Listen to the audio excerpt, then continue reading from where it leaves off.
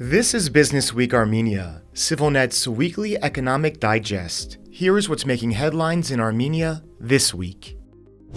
Joining the European Union would be incompatible with staying in the Eurasian Economic Union, a senior Russian official warned Armenia last week. The EU and EAEU are incompatible. Therefore, the bill under discussion in Armenia puts the country before a choice, Deputy Prime Minister Alexei Overchuk told reporters. Last week, Prime Minister Nikol Pashinyan confirmed his government would back a bill in parliament that would, if approved, start the process of Armenia's accession to the EU. Lawmakers are required to debate the bill after pro-European groups collected more than 60,000 signatures from citizens calling for an EU membership referendum late last year. Reacting to the news, Overchuk, whose portfolio covers Russia's relations with former Soviet states, said Russia considers the beginning of the discussion of the bill as the beginning of Armenia's withdrawal from the EAEU, and compared joining the EU to buying a ticket for the Titanic.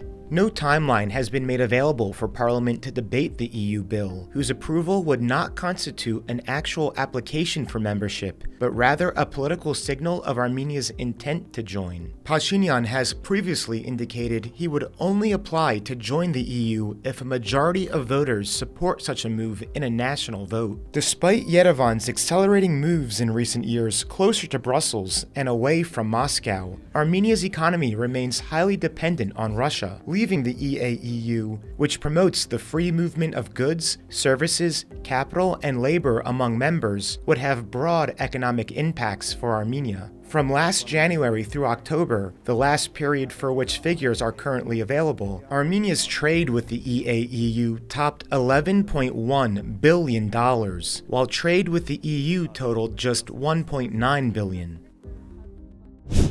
Armenia's high-tech industry minister told reporters last week his agency expects IT companies in the country to keep about $80 million every year that would otherwise be taken as tax, after Parliament passed a new package of tax breaks for Armenia's burgeoning tech sector last month. According to the law, $80 million will be allocated annually. This program is intended for at least 7 years, Mkhitar Harapetyan told reporters. Under the new regulations, the Armenian government will refund 60% of income taxes paid on salaries of all new hires and migrant workers, who are defined as foreign citizens legally employed in Armenia. That will apply to all companies registered in Armenia that report at least 90% of their total sales as tech-related. The legislation also encourages IT firms to invest in more workforce training, offering a 50% payroll tax refund for employees who receive certified training. All those tax breaks came into force at the beginning of this year and will remain in place through the end of 2031. In addition, the legislation lowers the turnover tax, a special form of tax that businesses with annual sales of less than $300,000 pay instead of sales tax, to just 1% for all eligible tech companies.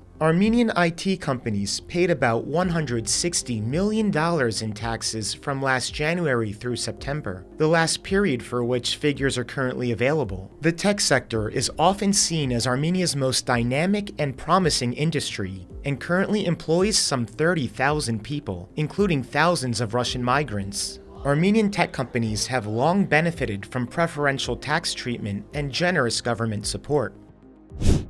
And as always, please follow SivilNet for the latest news and independent reporting from our contributors on the ground here in Armenia.